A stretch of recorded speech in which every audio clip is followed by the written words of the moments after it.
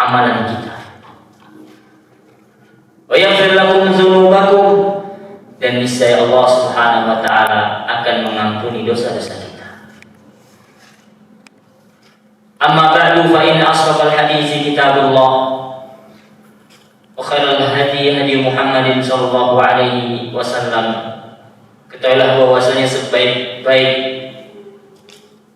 hadis ucapan adalah firman Allah Subhanahu wa taala, dan sebaik-baik petunjuk adalah petunjuk Rasulullah sallallahu alaihi wasallam. Wa syarrul umuri muhdatsatuha, adapun sejelek-jelek perkara adalah perkara yang baru yang diada-adakan di dalam agama ini. Man ahdatsa fi amrina hadza, barang siapa yang mendatangkan perkara baru di dalam urusan agama kami, niscaya tertolak.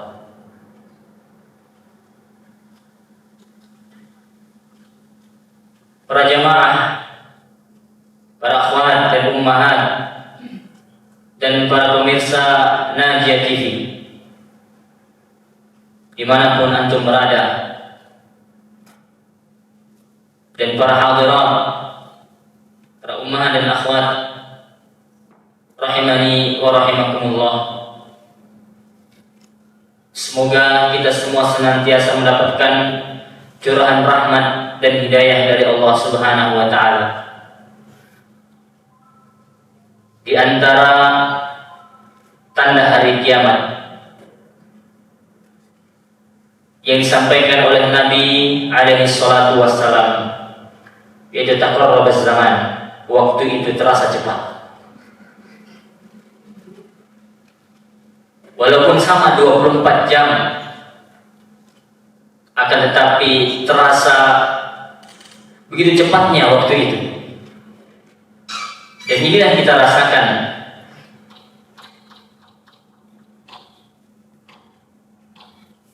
Tak terasa kita sudah di pertengahan bulan Sya'ban, di tanggal 15 Sya'ban, sehingga di malam hari tatkala kita keluar rumah, kita melihat bulan purnama yang bulat lagi terang.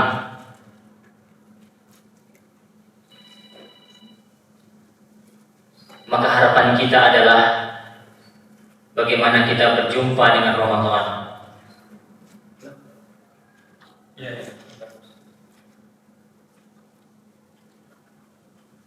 Jiwa seorang muslim yang beriman kepada Allah Subhanahu wa taala dan Rasul-Nya merasa senang dan bahagia tatkala akan bertemu dengan tamu yang agung, bulan yang suci. Dan Rasul pun, para ummahat, senang dengan datangnya bulan Ramadan. Bahkan dikatakan beliau itu memberi tahniah, semacam ucapan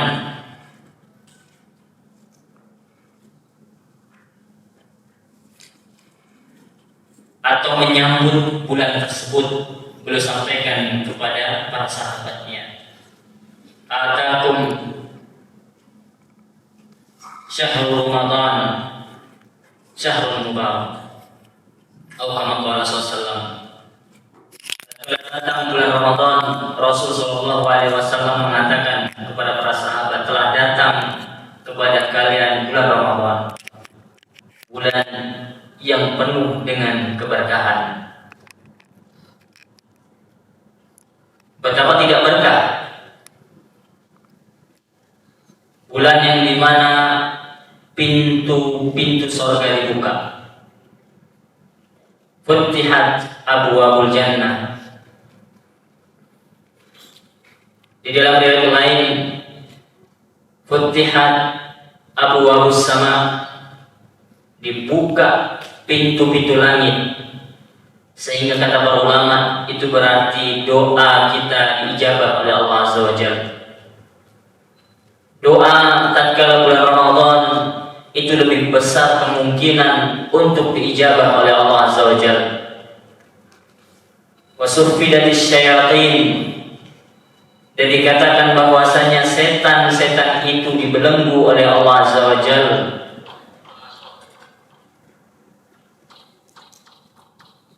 Allahu Akbar.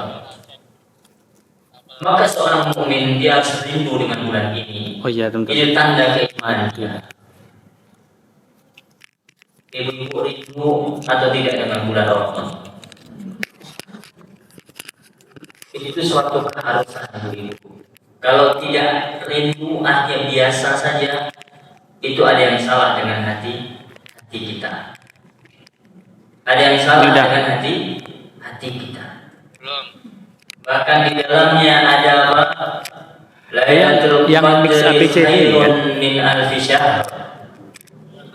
Ada Lailatul Qadar yang lebih baik dari 1000 bulan. Longgar ya. Orang yang beribadah bertepatan dengan bulan atau dengan malam Lailatul Qadar ibarat beribadah sebanyak 1000 bulan, kurang lebih 83 tahun. Kita tidak bisa menjamin apakah kita bisa sampai kepada usia 83 tahun. Belum lagi kalau kita hidup 50 tahun dan bertemu dengan Lailatul Qadar. Lihat, mungkin usia kita pendek, usia umat Nabi Muhammad ini pendek. Baina situn, baina antara 60 sampai 70 tahun. Dan sangat sedikit yang bisa melewati umur tersebut, usia tersebut. Dibanding dengan umat-umat terdahulu yang Nabi Nuh, usia dakwahnya saja 1000 tahun kurang 50 tahun. Artinya pas 950 tahun lamanya itu dakwah. Berarti usia beliau lebih dari itu. Mungkin 1000 tahun lebih usianya. Begitu juga Nabi Adam, lebih dari 900 tahun usianya. Alhamdulillah umat Nabi Muhammad walaupun usianya pendek tapi banyak dapat bonus-bonus dari Allah Azza wa Jalla. Di antaranya adalah Lailatul Qadri. Di antaranya adalah pahala itu dilipat gandakan, satu amalan itu dilipat gandakan menjadi 10 kali lipat. Begitu juga di antara keutamaan Ramadan. Ini kita hanya memancing kita ini, ibu-ibu, supaya apa? Merasa rindu dan ingin berbuat yang lebih tatkala bulan Ramadan. Amalan di bulan Ramadan itu dilipat gandakan. Di antara dalilnya adalah dalam hadis disebutkan barang siapa yang umrah di bulan Ramadan, apa ganjarannya ibu-ibu? Mendapatkan pahala haji bersama Rasul alaihi salatu wassalam. Bayangkan. Ini hanya khusus bagi siapapun yang umrah di bulan Ramadan.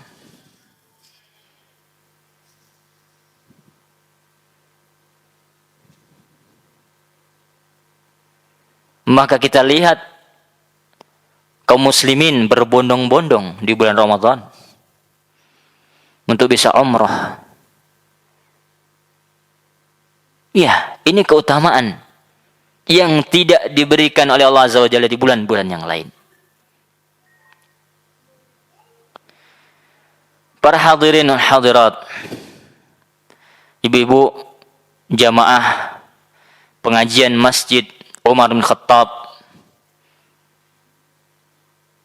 di Simpang 4, semoga kita semua senantiasa dirahmati dan dimuliakan oleh Allah Azza wa Jalla. Ya. Di antara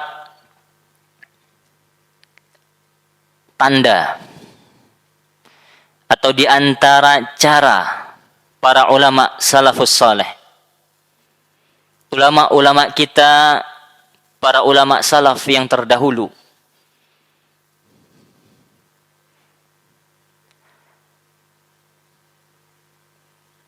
lihatlah bagaimana mereka rindu dengan bulan Ramadan.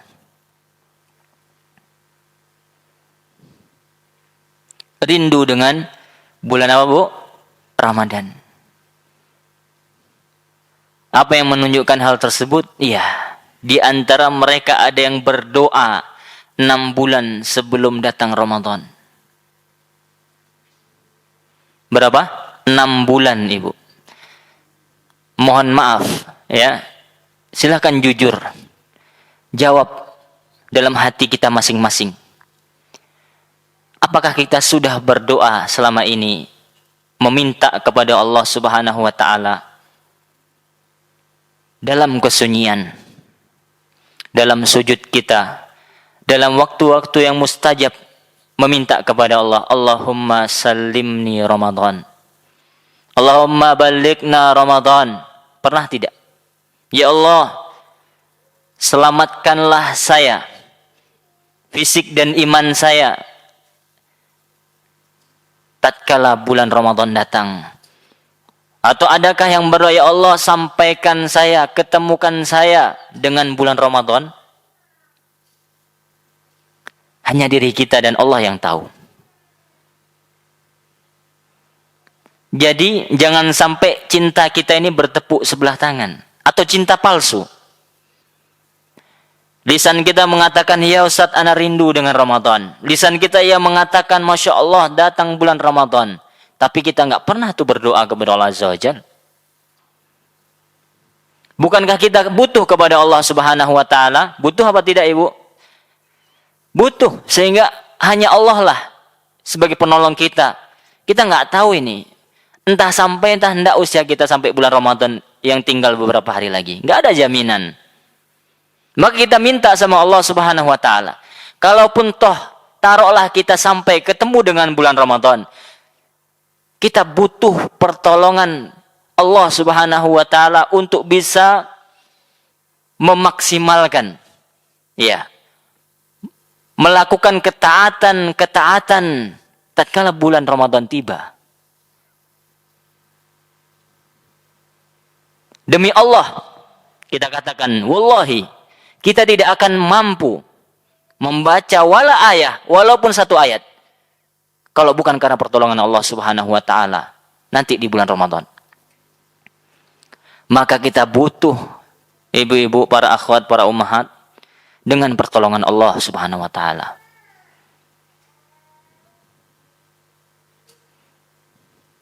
Maka mintalah kepada Allah Subhanahu wa taala keselamatan, diberi kesehatan baik fisik kita maupun iman kita, sehingga tatkala datang bulan Ramadan kita sehat, kita kuat untuk menjalankan ritual-ritual, ibadah-ibadah yang disyariatkan terkhusus di bulan Ramadan. Man shoma Ramadan imanan wa ihtisaban ghufira lahu ma taqaddama min dzambi. Barang siapa yang puasa di siang hari bulan Ramadan, maka niscaya dosa yang telah lalu maupun akan datang Allah akan ampuni. Ma taqaddama min dzambi. Ya.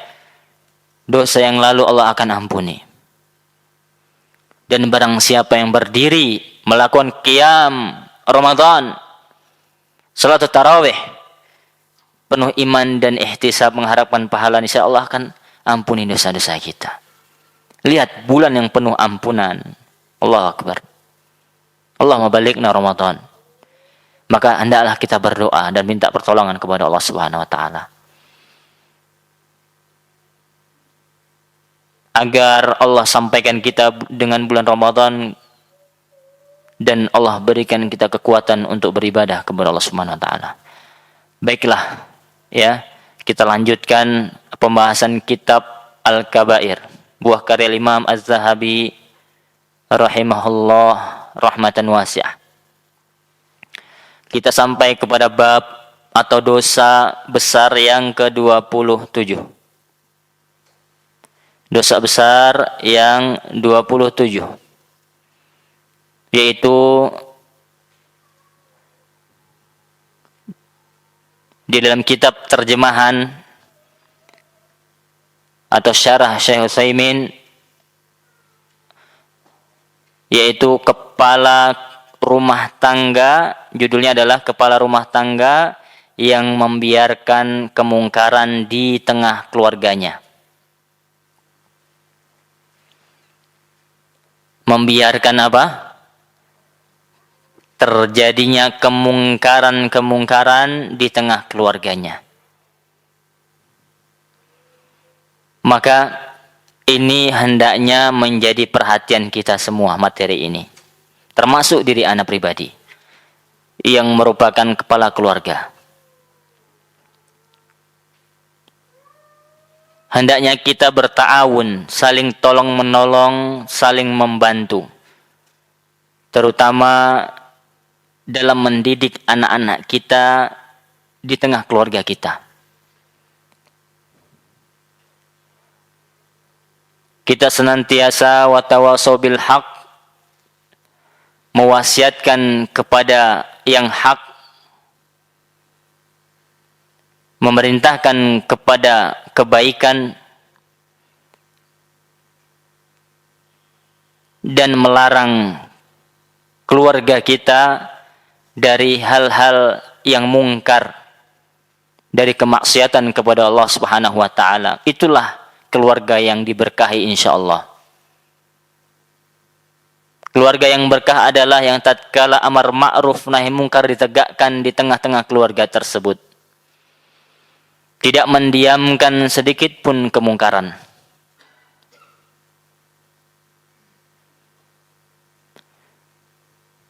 Di dalam bab ini Al-Imam Az-Zahabi rahimahullah membawakan firman Allah Subhanahu wa taala. Boleh dilihat dalam surah An-Nur ayat 3. Dalam surat An-Nur ayat 3. Allah Azza wa Jalla berfirman, "Az-zani la yankihu illa zaniyatan aw musyrikah. Wazaniyatu la yankihuha illa zanin aw musyrik wa hurrima dzalika 'alal mu'minin." Yang artinya azani, laki-laki pezina.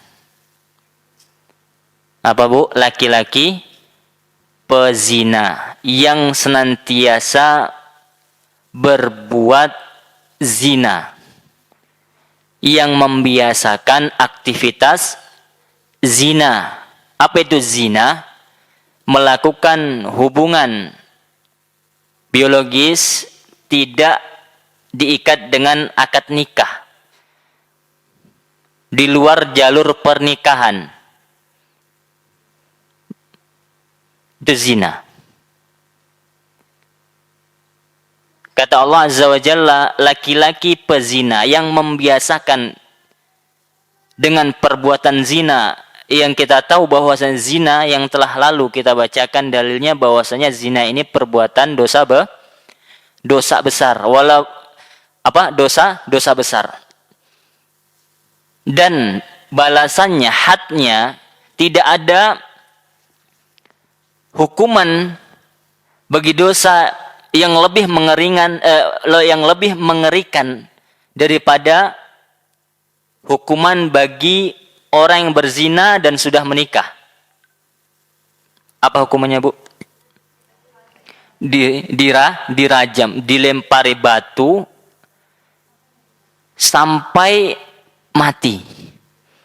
Sehingga apa? Batunya itu kata Allah tidak boleh terlalu besar sehingga sekali lempar mati, dan tidak terlalu kecil, tapi batu yang bisa kalau dilemparkan itu dia merasakan sakit luar biasa dari ujung kaki sampai ujung kepala. Ini mengerikan sampai mati. Ini menunjukkan apa? Bahaya dosa zina ini. Hukumannya naudzubillah min dzalik. Dia tidak hanya terus dipenggal sudah selesai, enggak. Tapi bagaimana hukumannya supaya dia merasakan sakit yang luar biasa, mati perlahan. Naudzubillah minaz zina. Akan tetapi dosa ini dianggap biasa. Dan bahkan naudzubillah min dzalik, kita membaca berita belum jauh, belum lama ini apa? Ada cek kehamilan siswi sekolah ada yang positif hamil. Na'udzubillah wa nas'allahu as-salamata wal afiyah. Semoga Allah lindungi anak-anak kita. Lihat pemuda-pemudi kita, ibu-ibu. Para kaum muslimin, ini tanggung jawab kita wallahi. Kita akan ditanya bagaimana kita mendidik anak-anak kita nanti.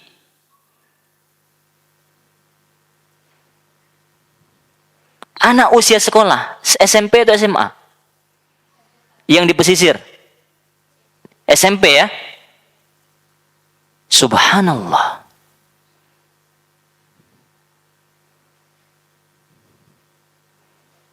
Subhanallah.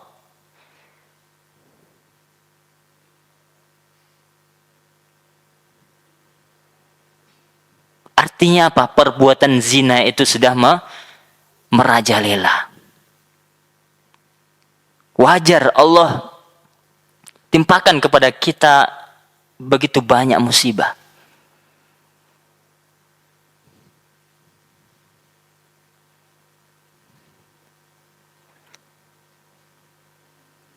Bahkan takutlah kita kepada Allah yang mungkin kita nggak sadar sudah kita yang membelikan anak kita HP.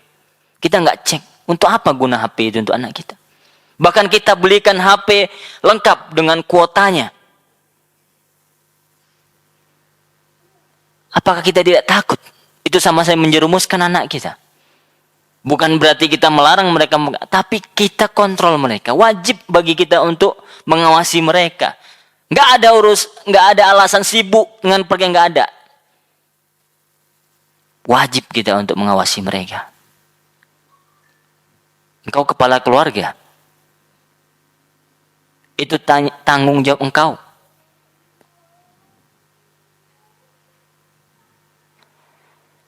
Kata Allah Subhanahu wa taala, az-zani la yankihu illa zaniyatan aw musyrikah. Seorang laki-laki pezina tidak boleh menikah kecuali dengan perempuan pezina. Atau musyrikah. Itu perempuan musyrik. Kemudian Allah katakan wazaniyatu yaitu perempuan yang senantiasa berbuat zina.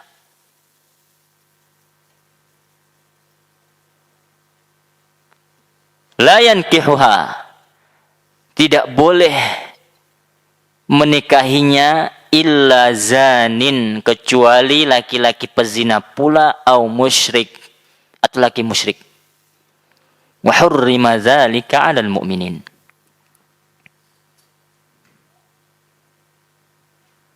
Dan kata Allah, Allah tutup ayat tersebut dengan dan demikian itu diharamkan. Siapa yang mengharamkan? Allah Subhanahu wa taala atas orang-orang yang beriman.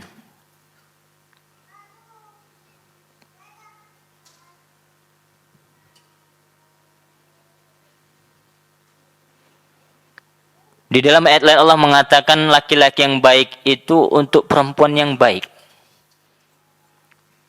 Perempuan yang baik untuk laki-laki yang baik.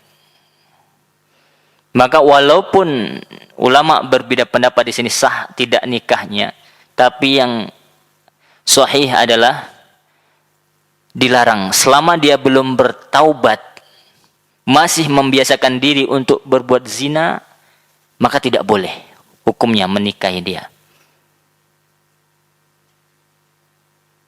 Tapi kalau dia sudah bertaubat, meninggalkan masa lalu yang kelam tersebut, maka sah nikahnya.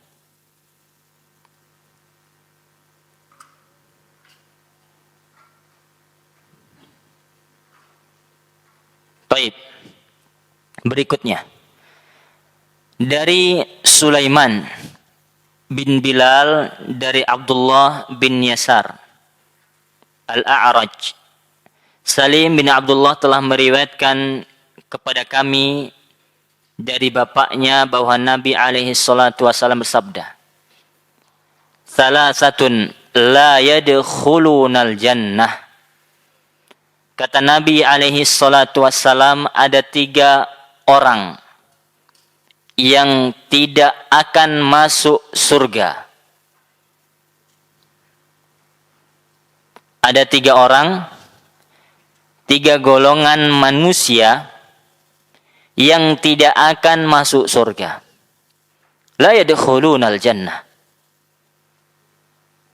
Siapa? Al-'aq liwalidayh, wad-dayyuth, wa rajulatun nisa. Yang pertama adalah al-'aq liwalidayh, orang yang durhaka kepada kedua orang tuanya.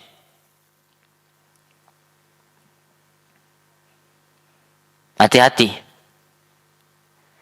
Kita yang memiliki orang tua,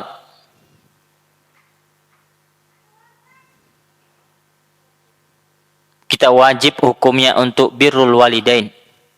Wajib hukumnya. Tidak hanya tugas laki-laki saja untuk berbakti kepada ibu bapaknya.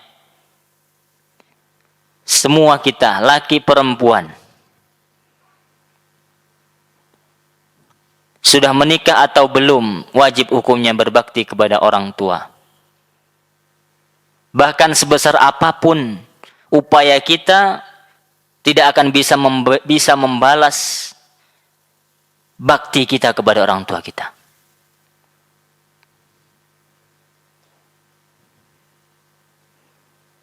Bahkan dahulu ada seseorang laki-laki yang menggendong ibunya tawaf. Mungkin di tengah panasnya. Itu pun tidak atau belum bisa membalas walaupun teriakan ibunya tatkala melahirkannya.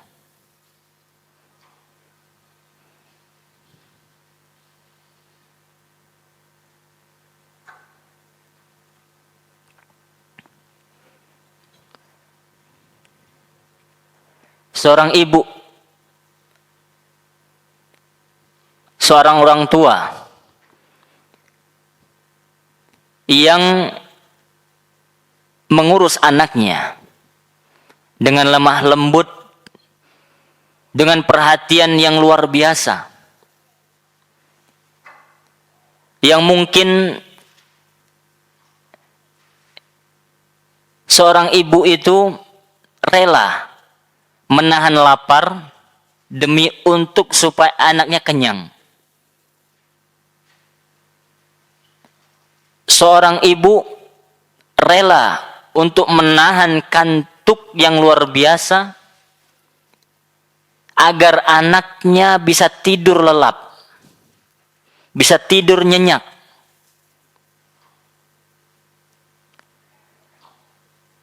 Seorang ibu yang mungkin rela letih untuk berjalan kaki demi menggendong anaknya. Dia tidak ingin anaknya capek dan letih. Dan dia mengurusi, mengopeni anaknya dengan harapan anaknya tersebut hidup dan umur panjang sehat. Akan tetapi seorang anak yang ngurus ibunya, yang dia mungkin mendapati orang tuanya tua renta, dalam hatinya mungkin harapannya cepat mati nih orang tua. Itulah bedanya seorang anak yang mengasuh orang tua dan orang tua atau ibu yang mengasuh anaknya. Karena mungkin dia merasa tanggung jawab dan kewajiban dia. Tapi dalam hatinya mungkin dia ada satu yang diharapkan. Sehingga berbeda sekali. Tatkala orang tua atau ibu mengurusi anaknya, melayani anaknya dengan harapan anaknya hidup, sehat dan usianya panjang. Adapun anak,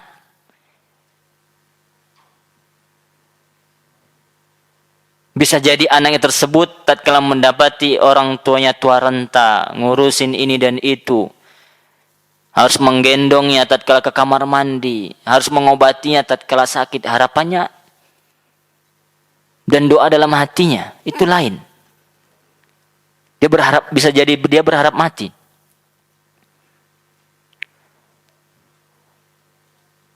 Artinya al-aq liwalidayh ini merupakan dosa yang besar. La yadkhulunal jannah, orang yang seperti ini tidak masuk surga. Wala taqul lahuma uff wala tanharhuma. Jangan katakan kepada kedua orang tua dengan ucapan seterusnya. Dan janganlah bentak mereka. Wa qul lahuma qawlan karima. Dan ucapkanlah kepada keduanya dengan ucapan yang karim, yang baik, yang sopan.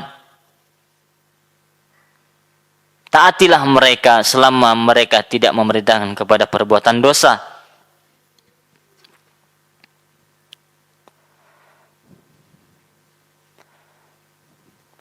Waddayuth, yang kedua. Yang pertama yang tidak akan masuk surga apa ibu? Durhaka kepada orang tua.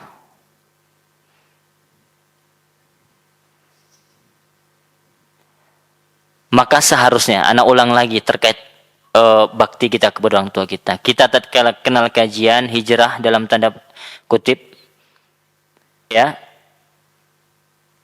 kita berusaha untuk memperbaiki akhlak kita. Yang pertama, yaitu akhlak kepada Allah, hubungan kita kepada Allah, hablum minallah, dengan memperbaiki ibadah-ibadah kita, beribadah ikhlas dan sesuai sunnah. Alhamdulillah, kita datang ke kajian, kita mendengarkan kajian ustadz via online, di video, di YouTube, di apa, terus kita menuntut ilmu supaya ibadah kita baik, hubungan kita kepada Allah baik. Dalam satu sisi alhamdulillah. Apakah cukup memperbaiki hubungan kita dengan Allah? Belum. Perbaiki juga hablum minan nasnya. Apa? Akhlak kepada atau hubungan kita kepada sesama manusia.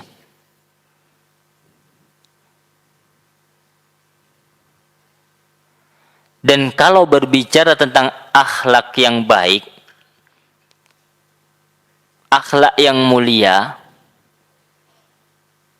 siapa yang paling seharusnya mendapatkan akhlak yang baik dari kita? Yaitu orang tua kita, ibu bapak kita, atau keluarga kita. Tapi yang paling utama adalah ibu bapak kita.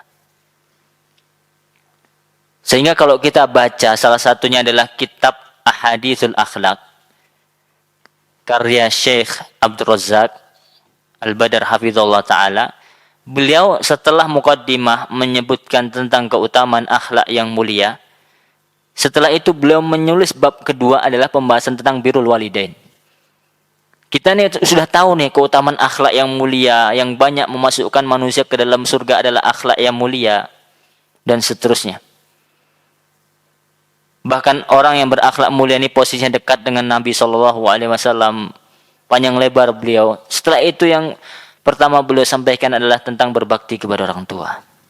Karena percuma kita berbicara tentang akhlak yang mulia, tapi dengan orang tua kita tidak baik.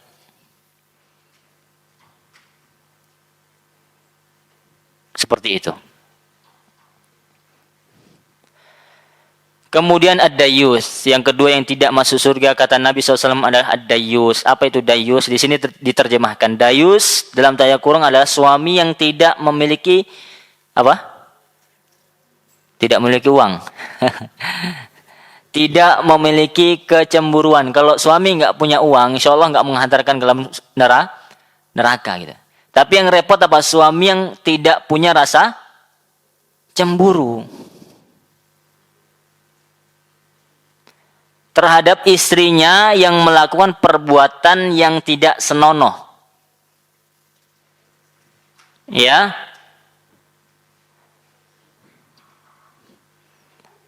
Apa maksud dayus ini? Ya. Adalah yang sebagaimana disebutkan dalam Mu'jam, Al-Mu'jam al-wasit adalah para lelaki yang menjadi pemimpin untuk keluarganya dan ia tidak punya rasa cemburu dan tidak punya rasa malu. Ini dalam Mu'jam al-Wasit. Yang dimaksud tidak punya rasa cemburu dari suami adalah, perhatikan, membiarkan keluarganya bermaksiat tanpa mau mengingatkan. Istri dan anaknya berbuat maksiat, tapi suaminya diam, cuek, tidak mau tahu. Kemudian contoh di masa sekarang. Contoh suami yang dayus di masa sekarang. Di antara adalah membiarkan anggota keluarganya berkhalwat. Contohnya. Apa itu berkhalwat? Berdua-duaan dengan laki-laki yang bukan mahram. Dianggaplah supirnya. Orang kaya biasanya kan punya supir pribadi, ya tidak? Kalau kita mah nyupir sendiri, Bu. Ya. Ini contoh kemungkaran atau contoh dayus di zaman sekarang. Membiarkan istrinya, na'udzubillah min dzalik, atau ibu membiarkan, ibu-ibu maksudnya yang hadir atau menyimak, yang membiarkan anak gadisnya berkhalwat dengan laki-laki yang bukan mahram. Hatinya tentram, adem ayem aja. Ini berarti apa? Takut kita. Tidak main-main, Bu. Tidak masuk surga yang dayus itu. Bismillah. Ancamannya bukan main. Tidak sepele. Diancam tidak masuk surga. Banyak enggak zaman sekarang yang seperti ini, Bu? Bahkan na'udzubillah, cepika-cepiki pun istrinya tidak masalah. Sama laki-laki yang bukan mahram. Bukan hanya berjabat tangan, Bu.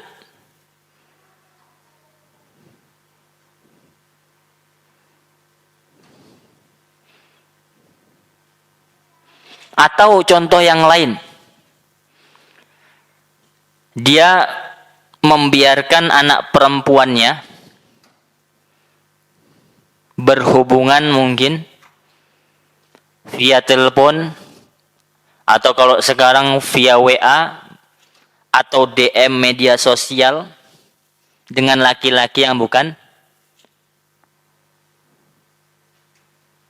mahram.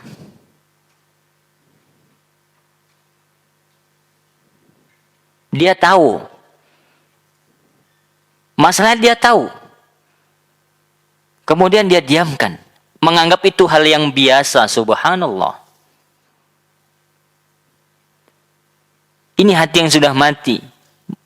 Orang yang seperti ini memiliki sifat dayus. La yadkhulunal jannah. Hati-hati. Semoga kita semua tidak seperti ini. Membiarkan kemungkaran.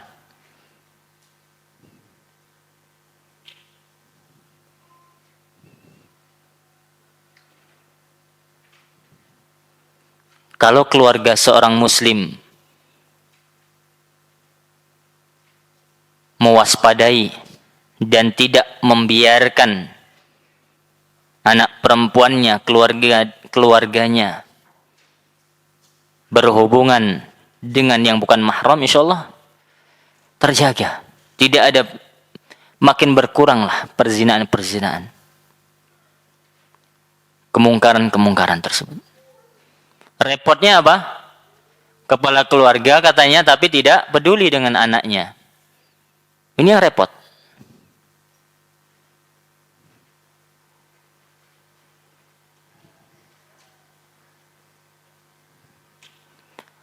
Kemudian di antara contoh di zaman ini adalah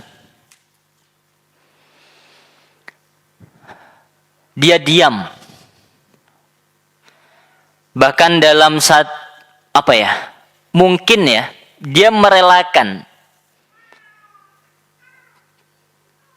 istrinya maupun anak gadisnya keluar rumah tanpa kendaraan atau tanpa apa? Tanpa jilbab. Kalau tanpa kendaraan nggak ada masalah.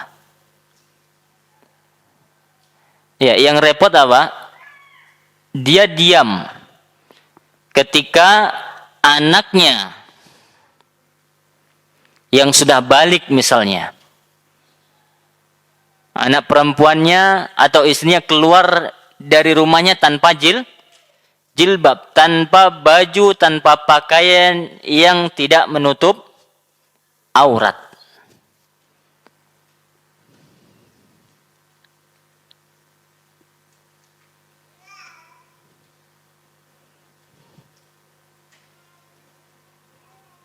Sehingga apa? Laki-laki yang bukan mahram dengan leluasa, dengan bebasnya melihat pemandangan tersebut.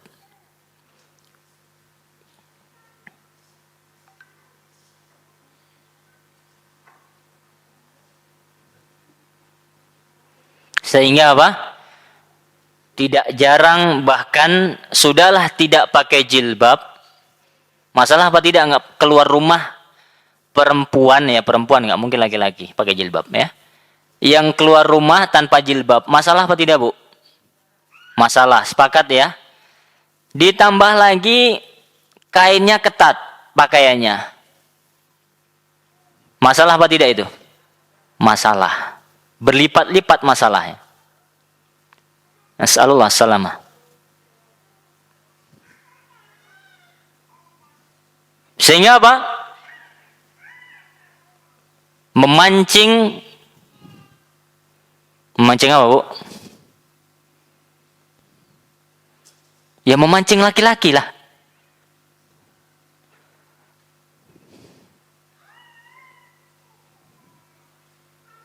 Subhanallah.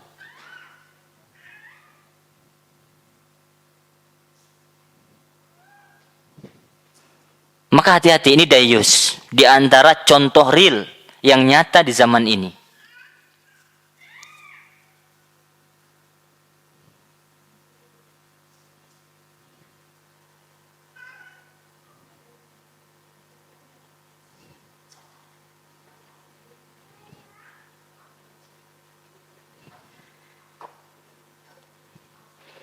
Atau juga di antara contoh perbuatan dayus di zaman ini adalah mendatangkan film. Tahu film, Bu? Ya? Tahu film kan? Misalkan dia punya apa? Televisi. Atau dia mendatangkan bacaan berupa majalah-majalah yang menyebarkan kerusakan dan memasukkannya ke dalam rumahnya. Kalau majalah As-Sunnah, Al-Mawaddah, apa lagi? Tidak masalah, itu ilmu isinya. Tapi ini tidak. Bahkan dia menghidupkan film-film yang tidak senonoh.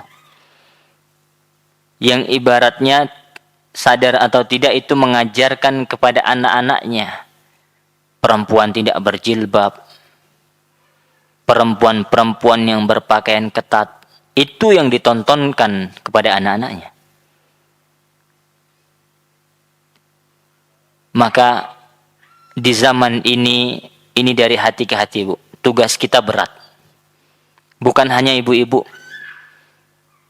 Tugas keluarga kaum muslimin sekarang begitu beratnya untuk menjaga anak-anak mereka. Untuk menjaga keluarga mereka. Maka yang pertama kita memohon pertolongan kepada Allah. Iyyaka na'bud wa iyyaka nasta'in. Hanya kepada Allah kita beribadah dan hanya kepadanya kita meminta pertolongan.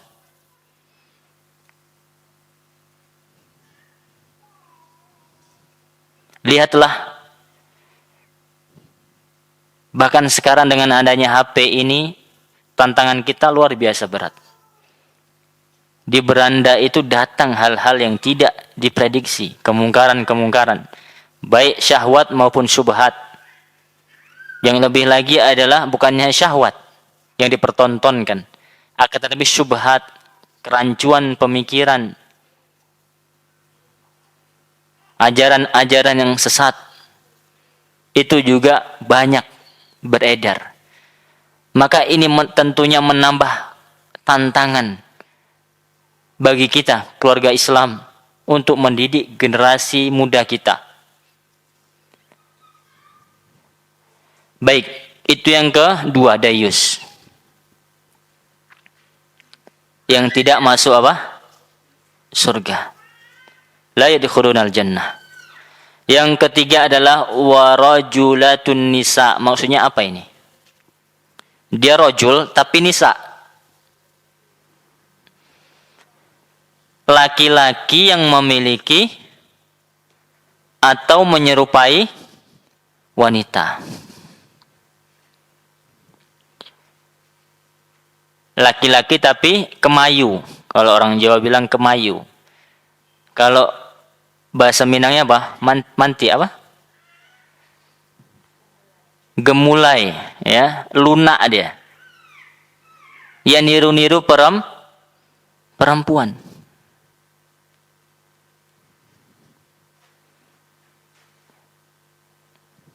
Ya, hadisnya sanadnya sahih.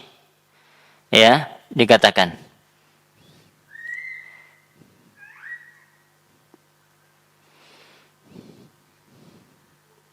Kemudian jamaah, para hadirat, para akhwat rahimani wa rahimakumullah. Kita bacakan berikutnya, paragraf yang berikutnya. Barang siapa seorang suami, kata mu'alif, kata Al-Imam Zahabi, barang siapa yang mengetahui bahwa istrinya telah melakukan perbuatan tidak senonoh, tapi dia bersikap acuh, dia nggak peduli. Hal tersebut mungkin dilakukan oleh seorang suami karena rasa cinta kepada istrinya, mungkin terlalu cinta. Dia takut kehilangan, kalau dia larang-larang nanti dia apa? Minta cerai. Subhanallah. Ini tidak boleh. Atau dikarenakan dia memiliki hutang. Hutang kepada istrinya mungkin. Dan ia tidak mampu untuk membayarnya, atau karena ia belum melunasi mahar. Ya, tatkala nikah maharnya hutang. Misalnya. Yang dia tidak bisa membayarnya, memberatkannya, atau karena anak-anaknya masih kecil.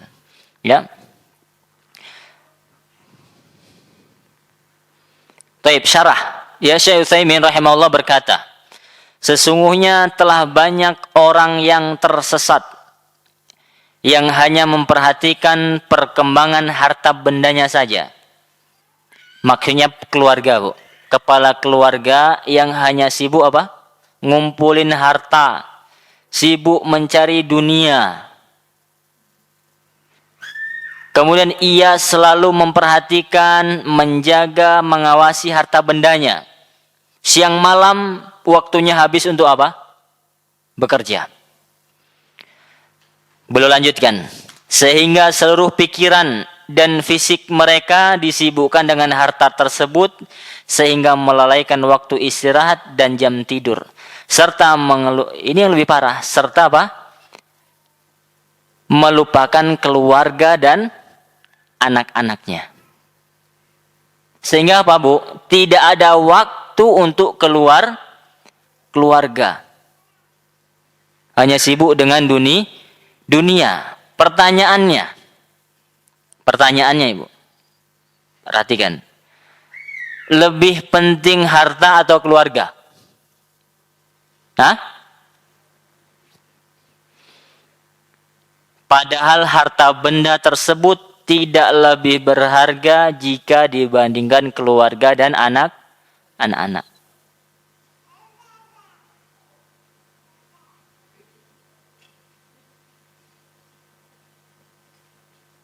Kata beliau lanjutkan, bukankah lebih pantas bagi mereka untuk mengkhususkan, memberi waktu, walau hanya sedikit saja, kata beliau,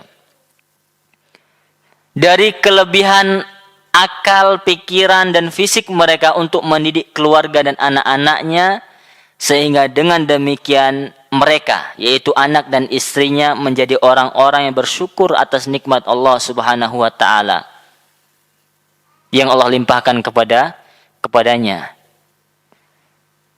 dan termasuk orang yang mengamalkan perintah Allah Subhanahu wa Ta'ala. Di dalam firman-Nya, ya ayyuhalladzina amanu qu anfusakum wa ahlikum nara. Wahai orang-orang yang beriman, lihat perintah Allah menyeru kita, para orang tua, qu anfusakum. Yang pertama, jagalah diri kalian dari apa? Api neraka. Apakah kita saja? Urusan kita masing-masing lah gitu. Enggak.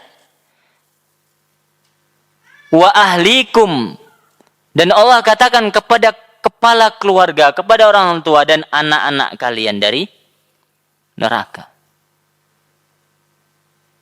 Lindungilah keluarga kalian dari apa? Api neraka. Tanggung jawab kita.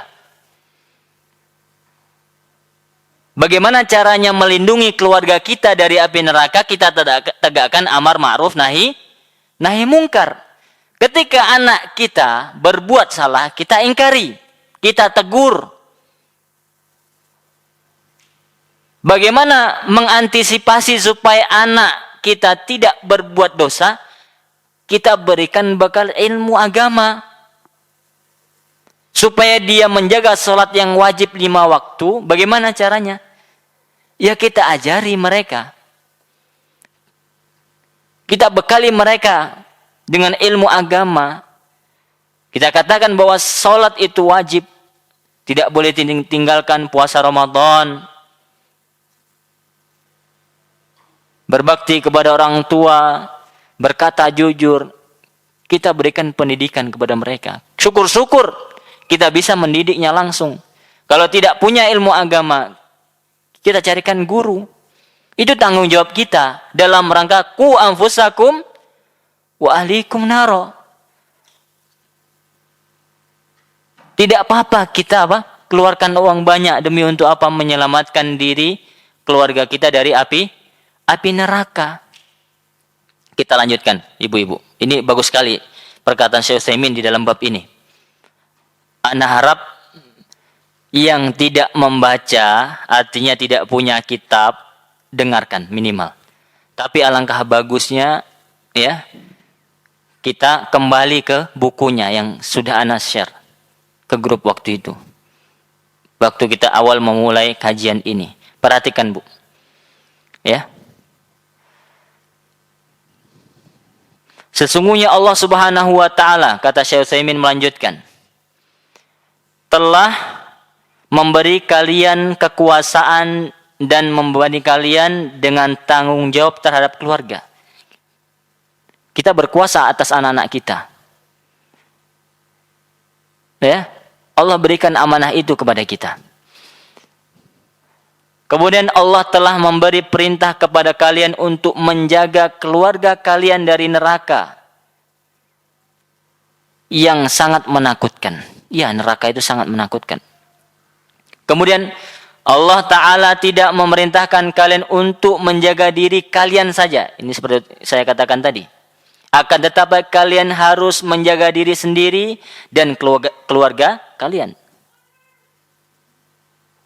Nih, perhatikan, Bu. Perhatikan. Salah satu hal yang mengherankan, yaitu mengherankan beliau, adalah banyak kepala keluarga yang melalaikan perintah Allah terhadap hak anak-anak dan keluarga mereka. Lihat bagaimana beliau menyampaikan, apabila api dunia menyambar anaknya. Bu, perhatikan, tatkala anak kita tersengat listrik atau terkena kebakar api, mungkin biasanya anak-anak main api, main lilin, bakar-bakar kertas, bakar-bakar plastik, terkena kulitnya. Dengan api terbakarlah kulitnya. Yang gosong, yang melepuh lah.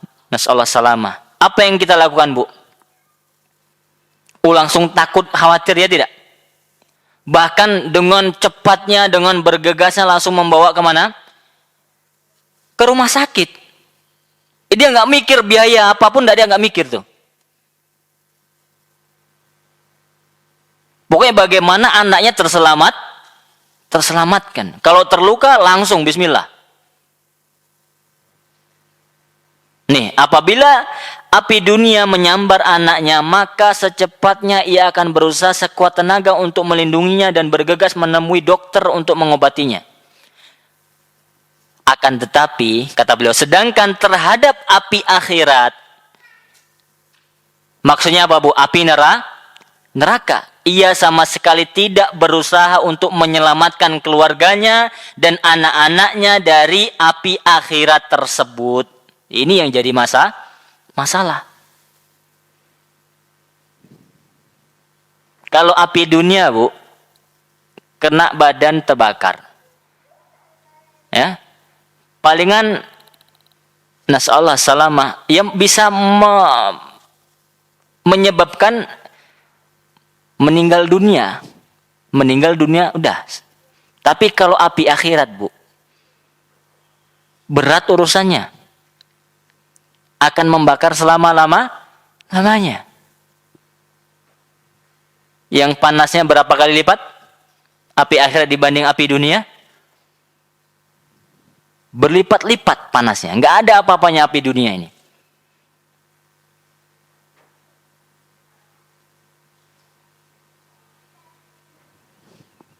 Kemudian kata beliau, wahai sekalian manusia, sesungguhnya setiap orang berkewajiban untuk mengawasi keluarga dan anak-anaknya, baik ketika mereka beraktivitas atau sedang beristirahat di rumah, ketika sedang berpergian dan ketika mereka sedang tidak berpergian atau pulang, ketika bersama teman-temannya dan ketika sedang sendirian. Wajib kita mengawasi anak kita, membentengi mereka supaya tidak masuk neraka, sehingga engkau benar-benar tahu segala urusan yang mereka lakukan dan engkau pun meyakini arah dan jalan yang ditempuh mereka. Perhatikan, Bu, kita harus tahu apa yang dilakukan oleh anak kita, karena mereka adalah tanggung jawab kita. Ini menunjukkan apa? Perhatian kita kepada anak-anak kita, karena kita tidak ingin anak kita terjerumus ke dalam api neraka.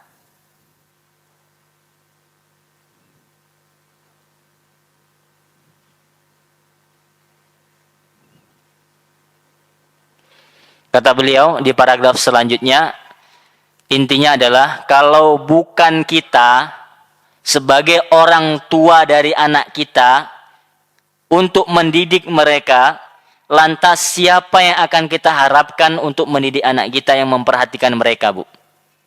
Siapa? Nggak ada. Apa kita mengharap kepada kerabat kita? Nggak mungkin. Mereka juga punya kesibukan yang bertanggung jawab mendidik dari A sampai Z anak kita adalah kita. Gak bisa kita harapkan orang lain. Orang lain itu sifatnya membantu saja. Tapi memastikan keberhasilan mereka itu adalah kita. Sebagai contoh, ya, yang bertanggung jawab anak kita bisa wudhu dengan benar dan baik, bisa sholat, itu adalah kita. Jangan kita semata-mata apa? Menyerahkan kepada pihak sekolah, kepada guru. Ya oke, itu hal yang baik. Tapi kita pernah nggak kita cek anak kita ini, anak kecil ini, yang mungkin kelas SD, pernah nggak kita cek wudhunya? Itu tetap tanggung jawab kita. Coba kita pastikan benar apa tidak ini sholat anak ini. Kita cross check lagi.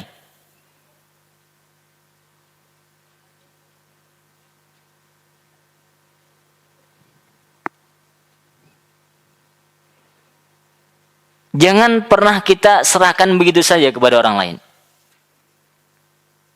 Tugas memastikan anak kita bisa sholat, bisa wudu itu kita, kewajiban orang tua. Kalau udah bisa, alhamdulillah. Kalau belum, ya kita evaluasi. Kita arahkan anak kita. Yang kita inginkan adalah kebaikan untuk anak kita. Ditambah lagi kalau kita yang mengajarinya, kita akan mendapatkan amar jariyah. Setiap dia berwudu mungkin, setiap dia sholat selama hidupnya, kita dapat pahala itu. Itu yang kita harapkan.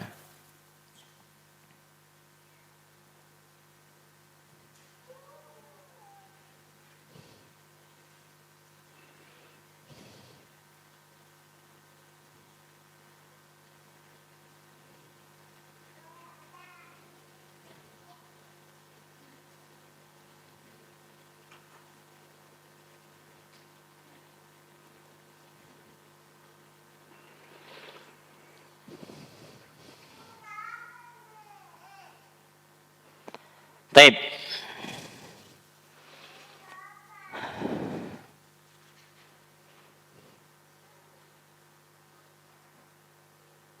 Kemudian kata beliau, ada sebagian orang yang beralasan. Ini yang terakhir, di halaman terakhir di bab tersebut.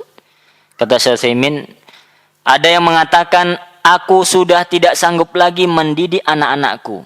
Ada tidak orang seperti itu, Bu? Ada. Aduh, panjang, Bu. Ya. Menyerah. Ya, itu katanya ya kan? Atau ucapan yang serupa. Karena mereka sudah besar-besar dan sudah berani bertindak sewenang-wenang kepadaku. Apa kata beliau? Maka jawaban kita atas apa yang engkau katakan tersebut adalah, kalaulah kita menerima alasan ini sebagai suatu bantahan atau memang merupakan kenyataan yang terjadi, kemudian kita memikirkannya, maka kita akan temukan ternyata engkaulah penyebab jauhnya kewibawaanmu di hadapan mereka. Karena engkaulah yang mengabaikan perintah Allah tentang mereka pada awal pertumbuhannya. Ini kata beliau. Yang menjadi penyebab siapa, Bu? Ternyata siapa? Adalah kita. Mungkin kita nggak maksimal dahulu tatkala dia masih kecil. Yang jangan, subhanallah, kita ini kadang menganggap anak yang masih bayi berapa bulan gitu kan, nggak melihat kita. Mereka tuh melihat kita. Mereka tuh merasakan kehadiran kita. Mereka itu merasakan kasih sayang kita. Mungkin kita kurang menyayangi mereka, kurang akrab, kurang dekat kepada anak kita. Sehingga mereka itu apa? Merasa tidak ada yang memberi perhatian. Tidak memiliki pelindung. Sehingga terjadilah apa yang terjadi. Bisa jadi itu salah kita. Maka bertaubatlah kita kepada Allah Subhanahu wa ta'ala. Kata beliau, engkau membiarkan mereka bertindak semaunya ketika masih kecil. Tidak pernah bertanya kepada mereka tentang harta benda yang mereka miliki. Tidak mengakrabi mereka dengan cara sering bergaul bersama mereka. Kita sibuk mengatasnamakan sibuk kerja, nak. Sibuk aktivitas ini dan itu. 1001 alasan. Mungkin. Ya. Dan tidak pernah berkumpul bersama mereka untuk sarapan pagi atau makan malam. Sehingga mereka tidak patuh kepadamu. Dan tidak mau menerima amarahmu. Kata beliau, apabila sejak awal engkau bertakwa kepada Allah Subhanahu wa ta'ala, kemudian engkau memberikan perhatian, pendidikan kepada mereka, niscaya urusan dunia dan akhiratmu akan lebih baik. Artinya apa? Ya, mungkin dulu kita tidak memperhatikan mereka. Bahkan mungkin hak-hak Allah tidak kita lakukan. Sedangkan Allah mengatakan, ya ayyuhalladzina amanuttaqullah. Sebagaimana firman Allah yang kita bacakan di awal muqaddimah tadi. Wahai orang-orang yang beriman, bertakwalah kalian kepada Allah wa qulu qaulan sadida, dan ucapkanlah ucapan yang dengan ucapan yang baik. Niscaya apa? Yuslih lakum a'malakum, niscaya Allah akan perbaiki urusan kalian, amalan kalian. Wa may yattaqillaha yaj'al lahu makhraja. Dalam firman Allah yang lain, barang siapa bertakwa kepada Allah, Allah akan jadikan bagi kalian solusi. Maka jangan sampai seperti ini, ibu-ibu sekalian, para hadirat.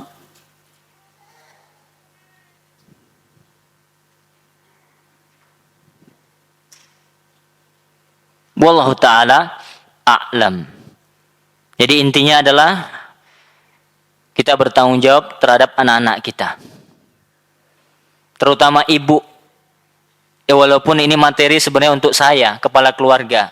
Tapi juga bisa untuk ibu-ibu. Ya, yang memiliki anak. Ya, bangunlah kedekatan kepada anak kita. Bekerja samalah dengan suami maupun istrinya untuk mendidik anak. Luangkan waktu untuk mereka. Didiklah mereka. Ajari mereka berbakti kepada orang tuanya. Kenalkan mereka pendidikan agama sedini mungkin. Dan jauh lebih penting daripada itu adalah doakan mereka. Karena doa terutama ibu, terutama orang tua, ya, kepada anaknya itu adalah doa yang dikabulkan insya Allah. Maka teruslah doakan anak-anak kita. Rabbana hablana minas salihin. Ya Allah, berilah kepada kami anak-anak yang saleh.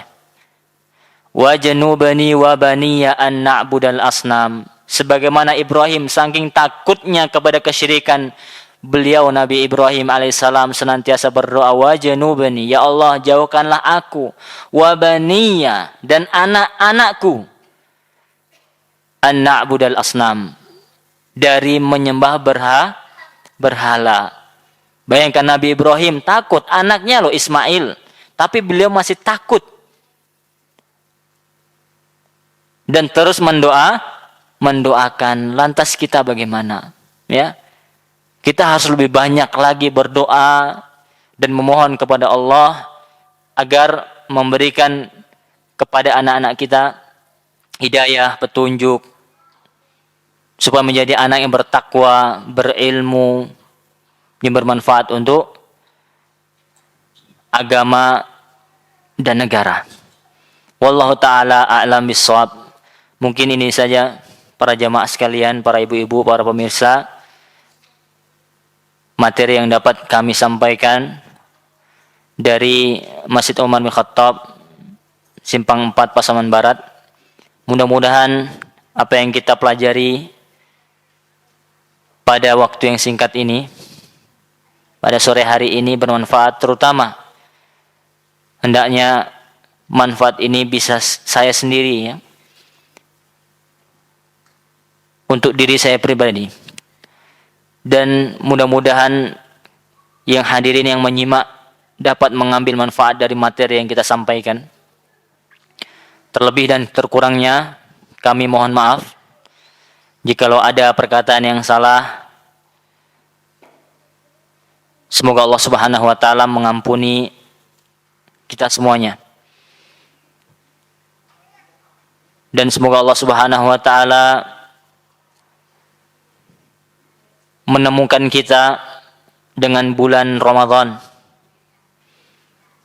dalam keadaan sehat, tentunya fisik kita, dan sehat iman kita, sehingga kita bisa semangat beramal soleh, siang harinya berpuasa dan malam harinya berqiyamul lail, bersedekah, qiraatul Quran, dan seterusnya. Baiklah ibu-ibu, para jamaah Masjid Umar, jazakumullahu khairan. Terima kasih banyak kami ucapkan kepada antuna semuanya yang telah hadir. Ya, anak nggak tahu nih berapa ratus orang di belakang, kayaknya ramai kali. Ya, mudah-mudahan banyak ya. Ya, walaupun tidak banyak, tapi mudah-mudahan yang hadir di sini diberi ilmu yang bermanfaat insyaallah. ya, dan dapat mengambil manfaat dari apa yang kita sampaikan, ya, sehingga harapannya dengan majelis ilmu seperti ini kita itu memperbaiki generasi muda kita insyaallah. Karena kenapa? Ya, generasi kedepannya itu tergantung ibu-ibu ini, tergantung orang tua termasuk saya gitu. Kalau orang tuanya baik, insya Allah anak-anaknya juga kedepannya akan baik. Maka seorang laki-laki diperintahkan untuk mencari wanita yang solehah untuk menjadi istrinya. Begitu juga perempuan yang solehah mencari calon suami yang soleh. Supaya apa yang akan muncul adalah generasi yang soleh dan solehah. Maka harapannya kita serius dalam datang ke kajian, ya, dan mempraktekkan apa yang kita dapat ketika kita hadir ke majelis ilmu. Tujuan menuntut ilmu adalah untuk beramal, ya, untuk kita amalkan insyaallah. Akhir kata, subhanakallahumma bihamdika, asyhadu an la ilaha illa anta astaghfiruka wa atubu ilaik. Wassalamualaikum warahmatullahi wabarakatuh.